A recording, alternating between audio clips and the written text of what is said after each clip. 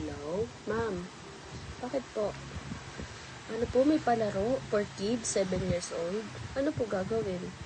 Kakain tae? Magkano po premyo? 100,000. Wala, pambili mo ng VR headset yun. Sino po sasali dapat? Bata? Bata. 7 years old po. Pwede po kaya si Franz dyan? Hindi ako 7 years old. Ay, 6 years old po. Ano po gagawin? Kakain ng puntae? Ano pong premyos? 100,000?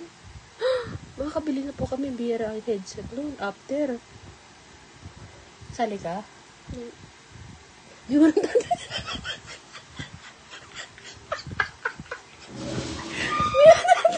Saan tayo? Ayaw mo?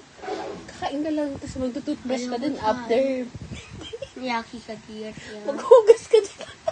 Nasira nga ipin ko sa tao, eh. Franz, pag sumali ka raw, may 100,000 ka.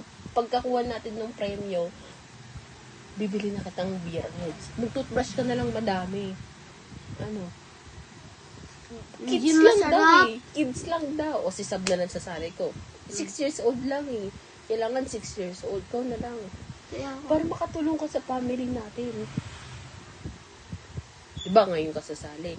Tututbrush ka naman after. Tapos kinabukasan, may VR headset ka na. Ano?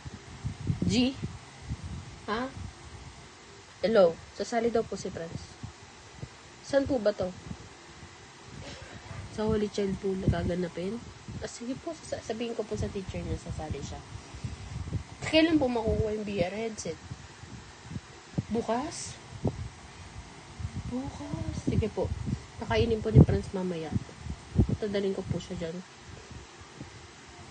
Sige po, bye-bye. Sumali ka na. Sali ka, saglit lang yun. 1 minute lang kakain tayo.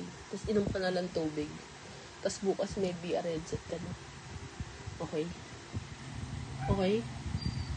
Ayaw mo talaga? Paano yung VR headset? Wala ka ng VR headset. Gusto ko nga eh. Di sumali ka talaga. Ayaw kong tae! Yaki ka, dearie! Wala tayong pambiling VR headset pag di ka sumali. 100,000 yun. I get a job. Get a job. You get a job. Why me? Ako na lang si job sa huro.